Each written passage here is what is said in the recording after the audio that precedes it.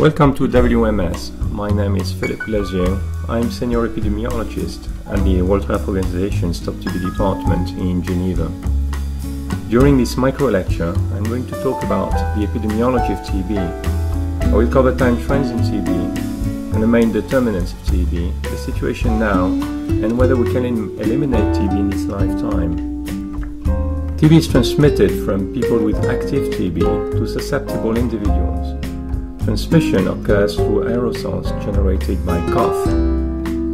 Infection occurs from inhalation of the TB germ Mycobacterium tuberculosis, and most often, nothing else happens.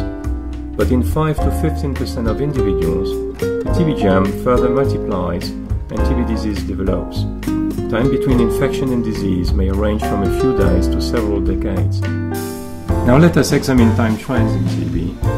Paleopathological evidence from 7000 BCE suggests that TB was a very common cause of death in prehistorical times, and also that the risk of dying from TB very slowly declined over the past several millennia. More recent evidence from countries with nationwide records of death and their cause over the past century indicate that TB declined well before effective treatment for the disease became available. Contributing factors to the decline in TB include economic development, improved nutrition and living conditions, and improved hygiene.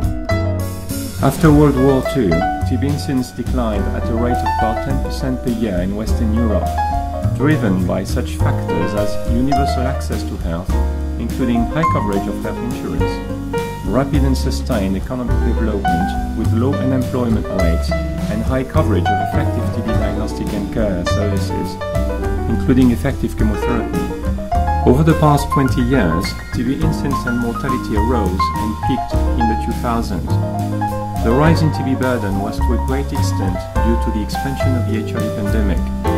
This is because people who become infected with HIV are about 20 times more likely to develop TB disease after infection compared with people not infected with HIV and living in the same place. Also, the prognosis of TB among HIV-infected individuals is much more severe, with a greater case-fatality ratio, particularly in the absence of adequate care for both TB and HIV, including life-saving antiretroviral therapy. TB incidence is now falling at a slow rate of about 2% per year. The main reason why TB incidence is falling so slowly despite worldwide availability of effective drugs to treat TB is the following. 2.3 billion individuals are estimated to be infected with TB. In many of them, infection occurred years or even decades in the past. Even if TB transmission could be completely stopped now, there would still be a steady number of new TB cases occurring every year from the very large pool of infected individuals. An illustration of the problem comes from Japan, where TB transmission levels were very high after World War II, resulting in a large proportion of the population acquiring infection. The graph shows TB rates by age group over time since 1962. TB incidence rates are 2 orders of magnitude greater in the oldest age groups compared with the youngest age groups. There is hardly any transmission now, as shown by the extremely low incidence in children since the early 2000s. However, old people who were infected decades ago developed the disease at a rate that is now similar to that observed in developing nations with a high burden of TB. The problem of persistent TB incidence due to reactivation of past infection is naturally aggravated by the aging of the population and increasing life expectancy. Nowadays, HIV is the single most important risk factor for developing TB. Other well-known determinants of TB are related to poverty, crowding, malnutrition. However, non-communicable diseases such as obesity, diabetes, cigarette smoking also have a significant impact on TB, and in an increasing number of countries with rapidly developing economies, the lack of decline in TB burden or the observed resurgence of TB can be partly attributed to a rapid rise in modern diseases driven by unhealthy lifestyles. The top panel of this graph shows the rapid rise of the prevalence of HIV in Kenya, which peaked in the late 1990s. The bottom panel shows the impact of HIV on TB case notifications depicted with a solid black line, which increased and peaked about 7 years after the peak in HIV. TB is now slowly declining in Kenya. I will now show some world maps of the current TB situation. The largest numbers of new TB cases are in India and China. 22 countries shown in red on this map account for about 80% of the total number of new TB cases in the world. Most of those 22 countries are in Asia and in Africa. However, the countries with the highest incidence rate, or in other words, the highest risk of TB per capita, are for the most part in sub-Saharan Africa, in countries the most affected by the HIV pandemic.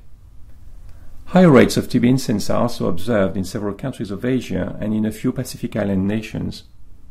This map shows the distribution of HIV prevalence among new TB cases.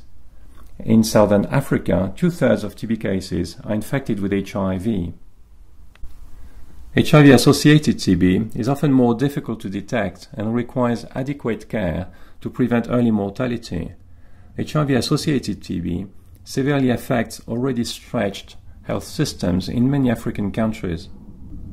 TB mortality rates are also highest in countries of Southern Africa due to the association between TB and HIV.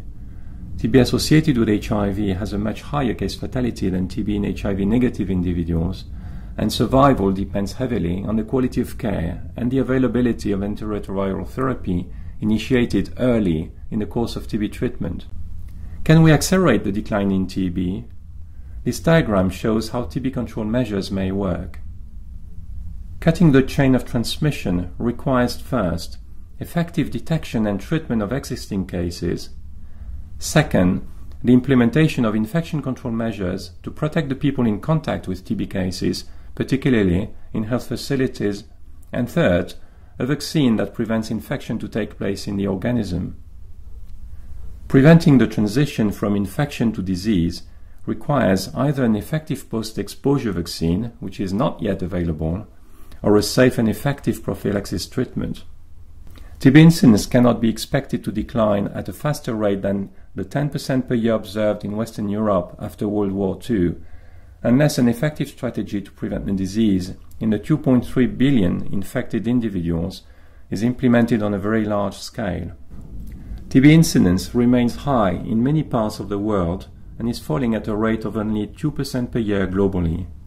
The acceleration of the decline in incidence and reaching the global target of TB elimination by 2050, as defined as less than 1 case per million population, will require strategy to prevent the disease in people already infected.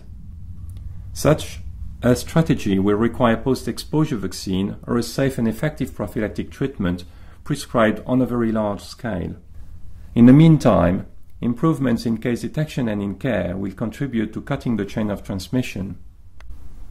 Universal access to essential health services is an essential step to ensuring effective and early case detection, along with rapid diagnostics at the point of care.